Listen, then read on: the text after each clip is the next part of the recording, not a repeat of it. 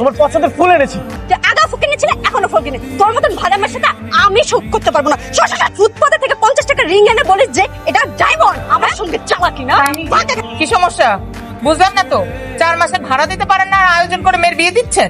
4 মাসের ভাড়া পাই, বিয়ে করেন না, বুঝছেন? তোর কাছ থেকে যত টাকা পাই সব তো ওরে ব্যবসা করে সব ইনকাম তো। আপনি আমার বোর সাথে কিছু করবেন না। চল। এই খেলা জিতে গেছি আমি। শিট, একটুর জন্য হলো না, বারবার শুধু হেরেই যাচ্ছে। তুই আমাকে এখন 50,000 টাকা ধার দে। তুই তাড়াতাড়ি পালা, সংসার বাতুলে লোকজন আসতেছে তোর ধরার জন্য। কি বলিস? হ্যাঁ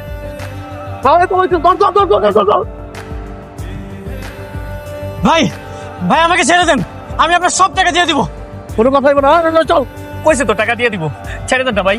1 টাকা 2 টাকা না, 35 লাখ টাকা ওর কাছে। আমার কাছে তো টাকা নেই। তোর অনেক সময় দিছি, তুই সময় লাগে খালি ঘোরাঘুরি করস, তোর আর কোনো সময় দেবো না। দরকার আজকে রাতের মধ্যে আমার চোখ কান কেটে সব বিক্রি করে আপনার সব টাকা দিয়ে দেবো। তুই বলবি না তো? না না ভাই, ঠিক আছে, তোর রাইতে না, তোর আরো একদিন সময় দিলাম। কালকে সন্ধ্যার আগে তুই বসের কাছে সব টাকা পয়সা দিয়ে দিবি, ঠিক আছে? কাজের ব্যবস্থা কিছু করতে পার? ঢাকা শহরে কি এত সহজে চাকরি পাওয়া যায় বলো? বাড়িয়ালি মহিলা সারাক্ষণ বাড়িতে আসতে স্যার গালাগালি করতেছে। আমার মনে হয় যে বাড়িটা বোধহয় আমাকে সাইডে দিতে। আপু বাবা তাড়াতাড়ি বলো, বাড়িওয়ালা হাতিয়ার নিয়ে আসতেছে, উনার হাতে অনেকগুলো লাঠি আছে, তাড়াতাড়ি বলো। হ্যাঁ বলিস কি? চল চল দরজা বন্ধ, বিকল্প চাবি নাই। এই যে চাবি, আমার কাছে স্পেক চাবি আছে। ডেঞ্জারাস মহিলা, সকাল বিকাল টাকার জন্য চলে আসে। টাকা ছাড়াই মহিলা যাইব না। চা খাচ্ছে ফকিন্নির বাচ্চারা, আমার ভাড়া না দিয়ে কই গেছে? কই ফকিন্নির বাচ্চারা? বাথরুমে ঢুকাইছে নাকি? আজকে ওর বাড়ির ফার্নিচার বেচা, তারপরে আমি ভাড়া নিয়ে যাব। আব্বা যদি সত্যি সত্যি ভিতরে ঢুকে আসে? এক কাজ করো, বস্তাটা ভরে দিতে অনেক মারি। কথা কথা কথা। ওই ফকিন্নির বাচ্চারা, আমার বাড়ি ভাড়া না দিলে আজকে আর আমি যাব না। আমার 4 মাসের বাড়ি ভাড়া বাকি এখন দিতে হবে। কি আশ্চর্য, আমি যে কথা বলতেছি তার কোনো গায়ে লাগতেছে? বাইরে বাইরে বাইরে বাইরে, আমারে দেখে চিপায় চাপায় লুকানো না? বাইরে বাইরে, দেখা মাত্র চিপায় চাপায় অন্দর মহলে লুকাও না? এখন আমার পাকের ঘর একটা টেংরি ভেঙে। টাকাটা তো ম্যানেজ করতে পারিনি, একটু সময় দেন আন্টি, আপনার টাকাটা পরিশোধ করে দিন। আপনার নাক ফুলটাকে দেশি না বিদেশি? বিদেশি, আমার নাক ফুলতে তোর দরকার কি? আন্টি এটা কাজ করতে হবে, আপনি চাইলে আমার বাবার বিয়ে করতে পারেন। আমার বাবা কিন্তু আরে চুপ! খাচ্চর একটা নোংরা বেটাকে আমি বিয়ে করবো না? তাই তো। শোনো মেয়ে, জি। বাসা ছেড়ে চলে যাও, আমি জিনিসপত্র বিক্রি করে টাকা তুলে নিবো। আচ্ছা, মেয়েটারা আমার বাসায় কাজে পাঠাইলাম তো এই 4 মাসে অনেক টাকা শোধে যেত। আমি গেলে হয় না? না, আমার বাসায় কোনো পুরুষ কাজের লোক আলাও না।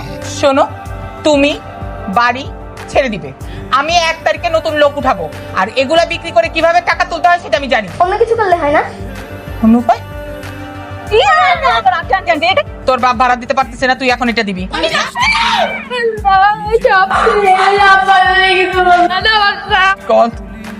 ফকিন্নির বাচ্চা, এর মধ্যে কয়েন কেন? এটা তো সব মিলে 100 টাকাও হবে না।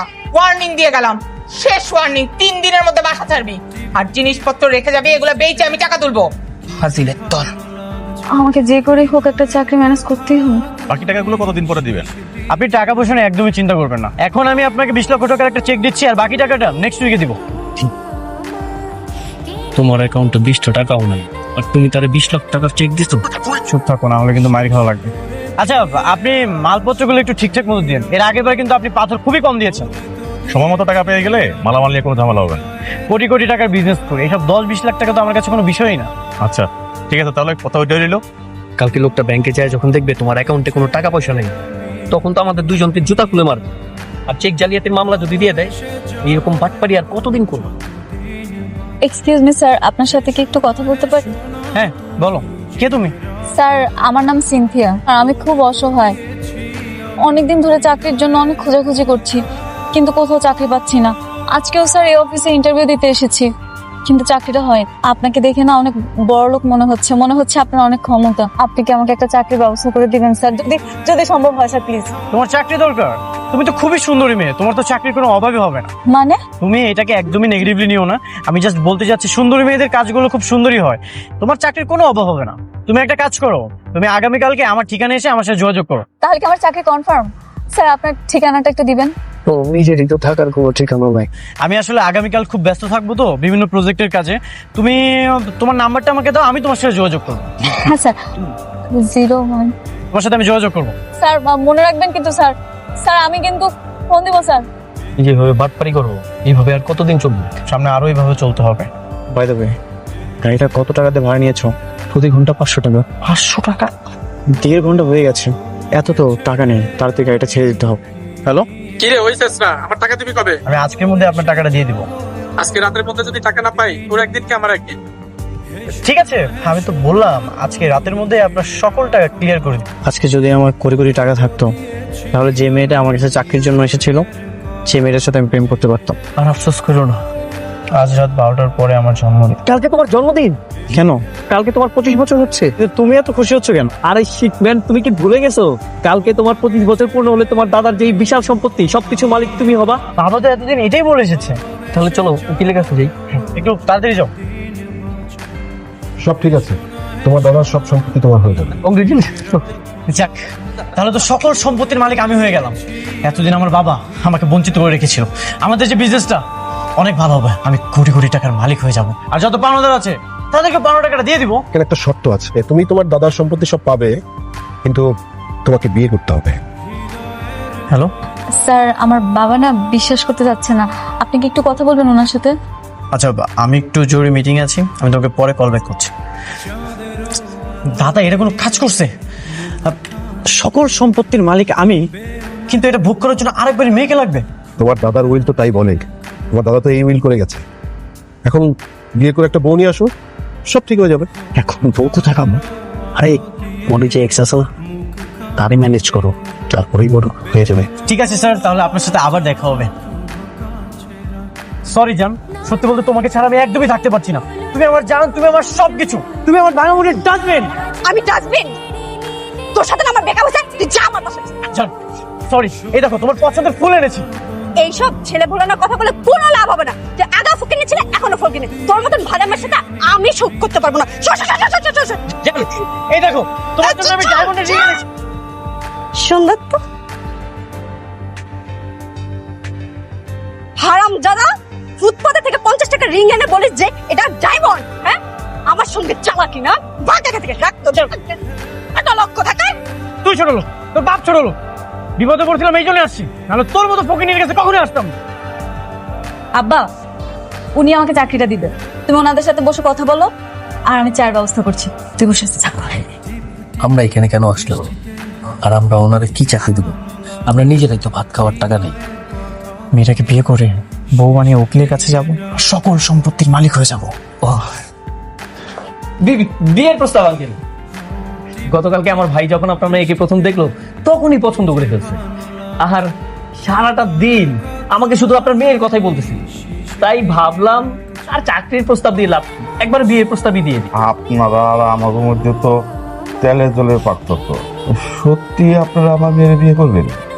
আঙ্কেল আপনি এগুলো নিয়ে একদম চিন্তা করবেন না। আমার বাবার প্রচুর পরিমাণে অর্থ সম্পদ আছে। ওনার মতো একজন মেয়ে খুঁজছিলাম, আপনার মেয়েকে দেখে আমার অনেক ভালো লেগেছে। আমি চাই তাকে জীবন সঙ্গী করতে। প্লিজ আজকে দিন চেন না আন্টি। আন্টি আমার গেস্ট আছে। Aunty aunty please aunty. মুরব্বি, তাই নাকি? কি সমস্যা বুঝলাম না তো। 4 মাসের ভাড়া দিতে পারেন না, আর আয়োজন করে মেয়ের বিয়ে দিচ্ছেন? এখন কোনো ঝামেলা করে না। আরে আমার মেয়ের জন্য একটা ভালো বিয়ের প্রস্তাব আসছে। আপনারা প্লিজ আমার সাথে আসুন, উনি চলে গেলে আপনারা আবার এখানে আসবেন। আসুন না প্লিজ। না, দাঁড়াও, যাবেন না। জানার দরকার আছে কোন পরিবারে বিয়ে করতে আসছেন। এই পরিবারটা একদম ভালো না। 4 মাসের ভাড়া পাই, আজকে দিব, কালকে দিব, পরশু দিব বলে খালি ঘুরায় যাচ্ছে। এবারই বিয়ে করেন না, বুঝছেন? আমার তো দেখে মনে হচ্ছে আপনি খারাপ মানুষ, সুযোগ বুঝে বদনাম রটাচ্ছেন। আমি খারাপ লোক? আমি কথা রটাচ্ছি? 4 মাসের ভাড়া পাই, প্রতিদিন এত অপমান করছে, তারপরে বাসা ছাড়ে না। আপনারা প্লিজ এখান থেকে চলুন, এখানে থাকলে উনি আরো উল্টাপাল্টা কথা বলবে। প্লিজ আসুন। তুমি চুপ করো। উনি কত টাকা পাবে? 4 মাসের ভাড়া পাবো। ঠিক আছে বাবলু, চেকটা দাও। আপনার 4 মাসের বকেয়া ভাড়া আর আগামী 6 মাসের ভাড়া আমি চেকে লিখে দিচ্ছি। না না, আপনাকে দিতে হবে না। আপনি কেন আমার বাসা ভাড়া দিবেন? আমি একটা ব্যবস্থা করে ফেলবো। তুমি চুপ করো তো। কি হলো বাবলু, তুমি এখন দাঁড়িয়ে আছো কেন? চেকটা দাও। আর শুনেন, শুক্র শনি ব্যাংকটা অফ, আপনি রবিবারে যে টাকাগুলো তুলে নেবেন। ঠিক আছে। আপনারা কেন টাকা দিতে গেলেন? আমি একটা ব্যবস্থা করে নিতাম তো। যা হয়েছে বাদ দাও তো।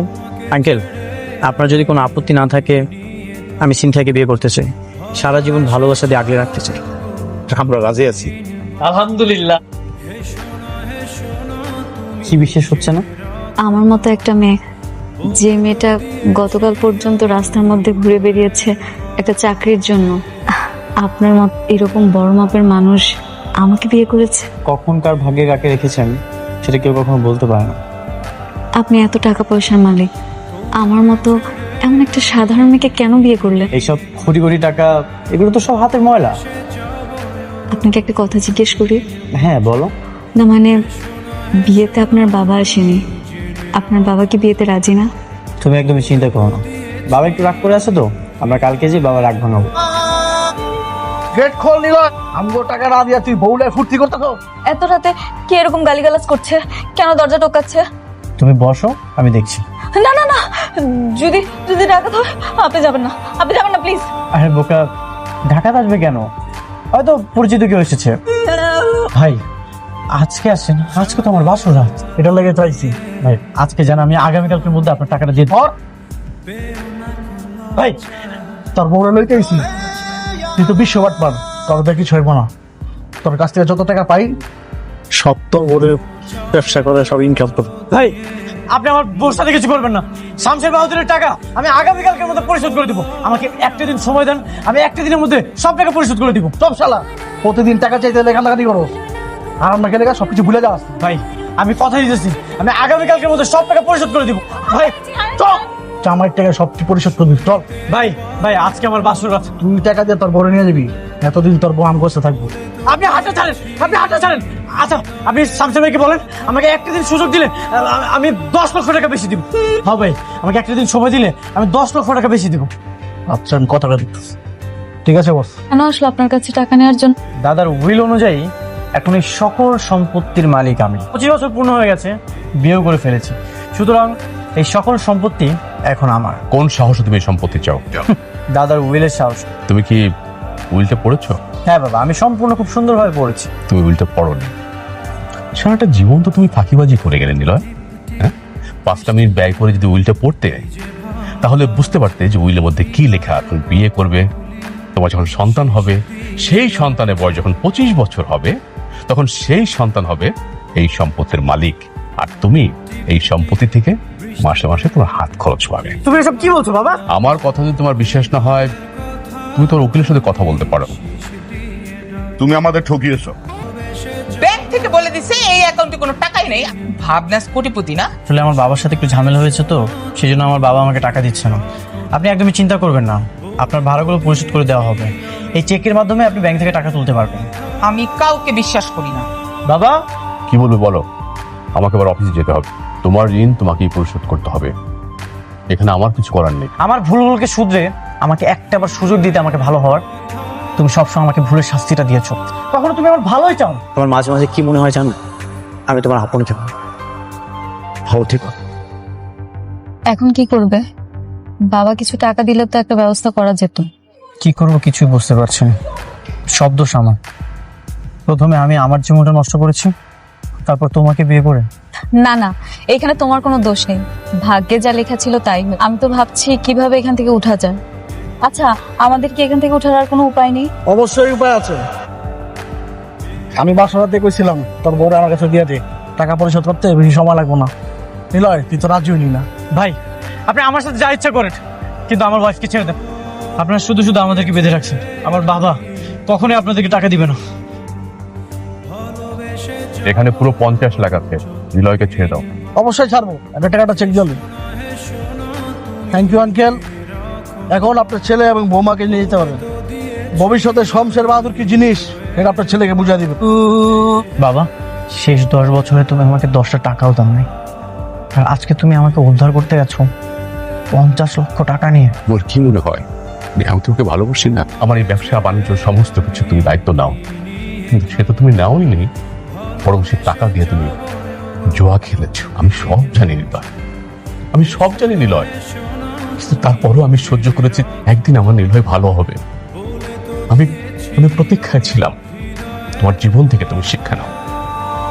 আমি আর কদিন এই সমস্ত সম্পত্তি, আমার ব্যবসা বাণিজ্য সবই তো তোমার। ক্ষত তুমি বাবার মধ্যে তৈরি করেছো, সেটা তোমাকে মুছতে হবে। আর আমি জানি তুমি পারবে এটা।